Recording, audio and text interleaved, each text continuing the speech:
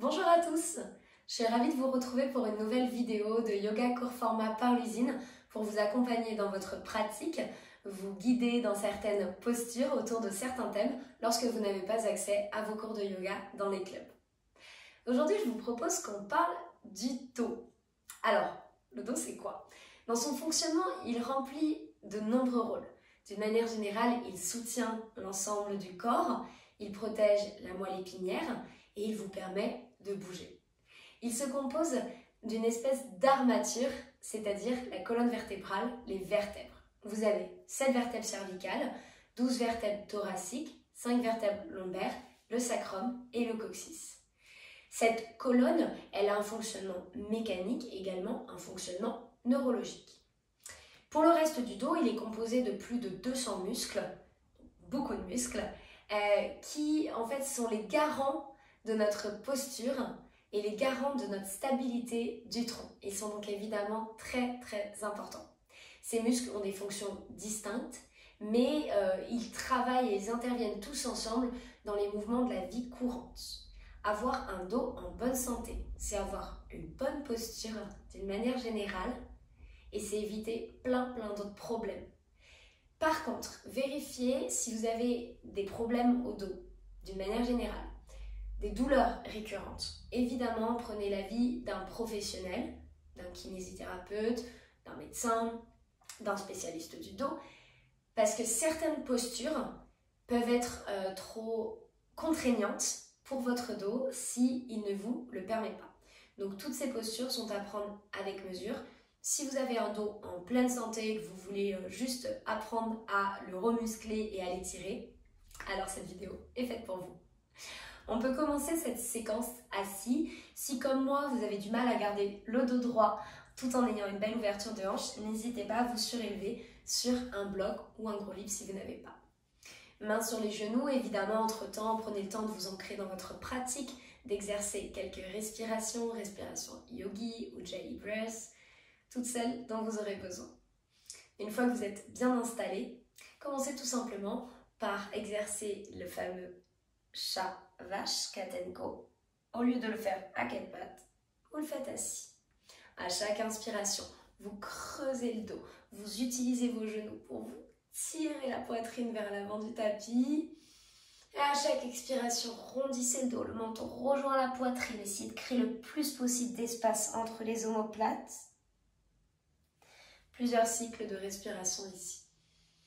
À l'expiration, creusez le dos, cambrez-vous, regardez vers le ciel. Et à l'expiration, rondissez le dos, arrondissez. Plusieurs respirations ici. Quand vous avez fini, déposez la main droite à l'extérieur de votre cuisse droite. Inspirez et expirez, cherchez l'étirement latéral. Sans compresser, la main qui est au sol, l'épaule qui est vers le sol. Grandissez-vous.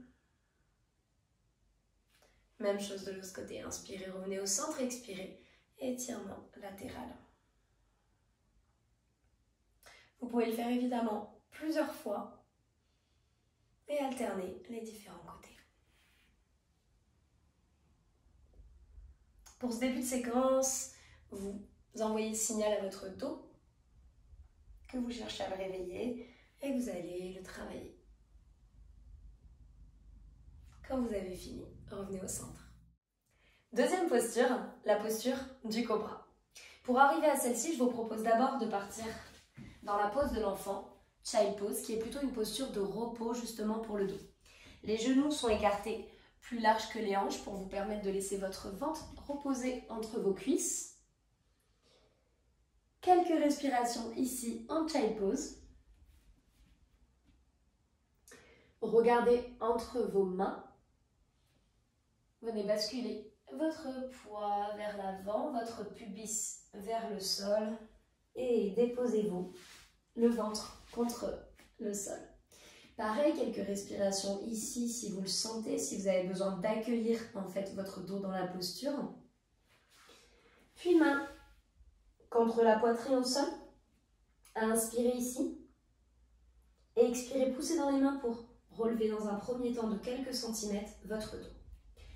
Attention ici, prenez tout de suite la bonne habitude de descendre les omoplates vers les fesses, éloignez les épaules des oreilles et inspire, revenez au sol.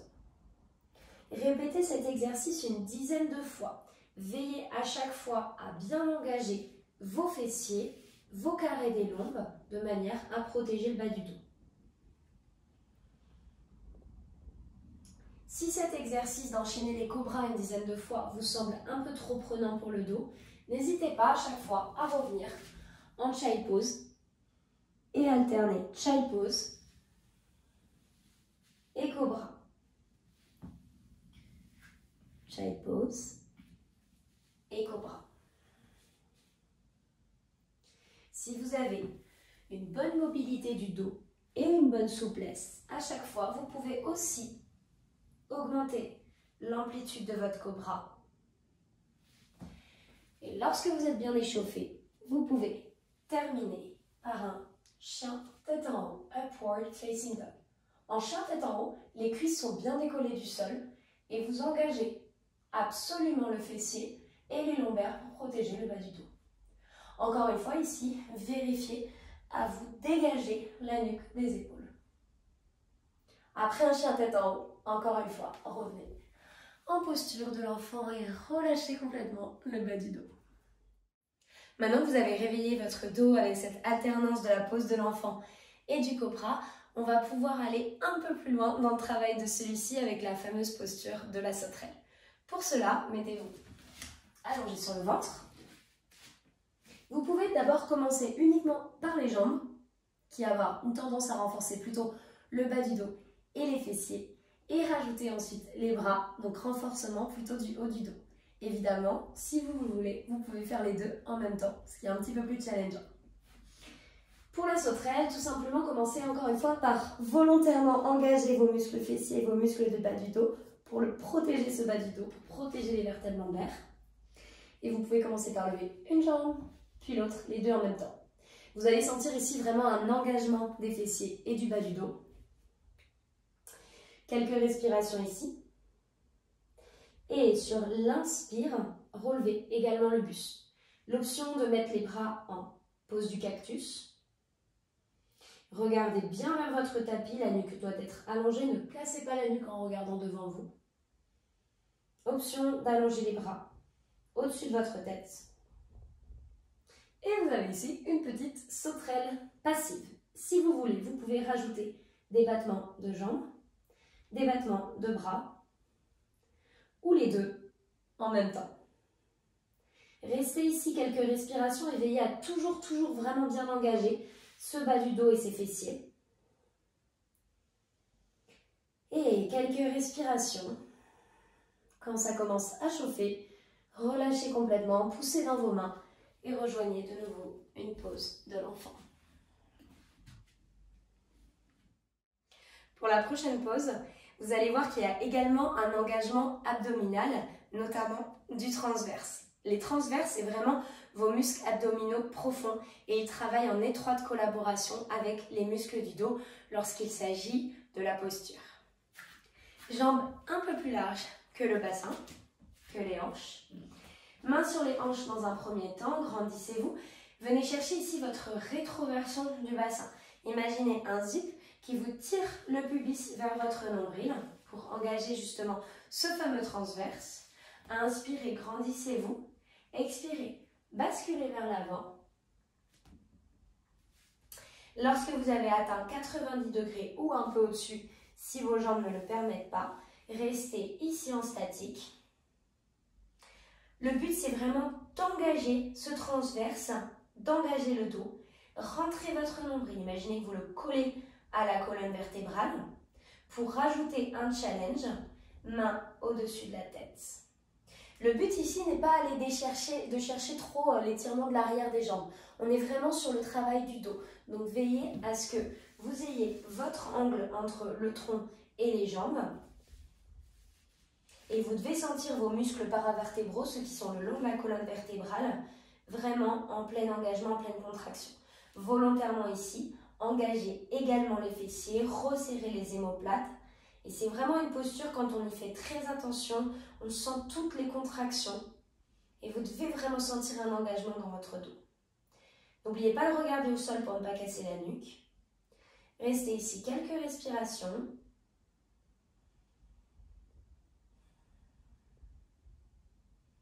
Puis relâchez, pliez-vous en deux, attrapez vos coudes et laissez ici le dos tranquillement se rondir et relâcher la tension qu'il a accumulée. Je vous montre également une posture pour plutôt étirer le haut du dos. Partez de la posture de la déesse, Goddess Pose, c'est-à-dire un grand squat plus large que les hanches. Les genoux sont vraiment au-dessus des chevilles, mains sur les cuisses. Inspirez ici, expirez, l'épaule va vers le pied de la jambe opposée. On est donc vraiment dans une torsion du dos. On a une autre vidéo consacrée aux torsions. Mais je trouve que cet exercice fait vraiment du bien après avoir fortement engagé musculairement le dos. Et quelques alternances ici, d'un côté puis de l'autre. Expirez bien sur la torsion. Inspirez, revenez au centre, expirez sur la torsion. Enfin, comme posture d'étirement pour la fin de séquence, je vous propose Paschimottanasana, la pince. Asseyez-vous en Dandasana. Vous devez former un angle droit. Votre dos, justement, est droit, tendu, engagé, nombril vers la colonne. Si vous avez du mal et que vous rondissez le dos, encore une fois, n'hésitez pas à légèrement vous surélever. Vous avez l'option ici de légèrement plier les jambes, ce qui vous donnera un petit peu plus d'amplitude si ça tire trop à l'arrière des jambes sur votre ischio-jambier. Option de faire cet exercice avec une sangle si votre souplesse ne le permet pas. Sinon, vous pouvez attraper vos pieds. Tout simplement, sur l'expiration, penchez votre buste vers l'avant. Essayez de maintenir le dos droit. Ce n'est pas votre nez qui veut toucher vos genoux, c'est votre poitrine qui veut toucher vos pieds. Vous allez vers l'avant et non pas vers le sol. L'étirement pour le dos se fait de plus en plus sentir. Lorsque vous pouvez attraper vos chevilles ou vos pieds, si ce n'est pas possible encore une fois, n'hésitez pas à utiliser la sangle.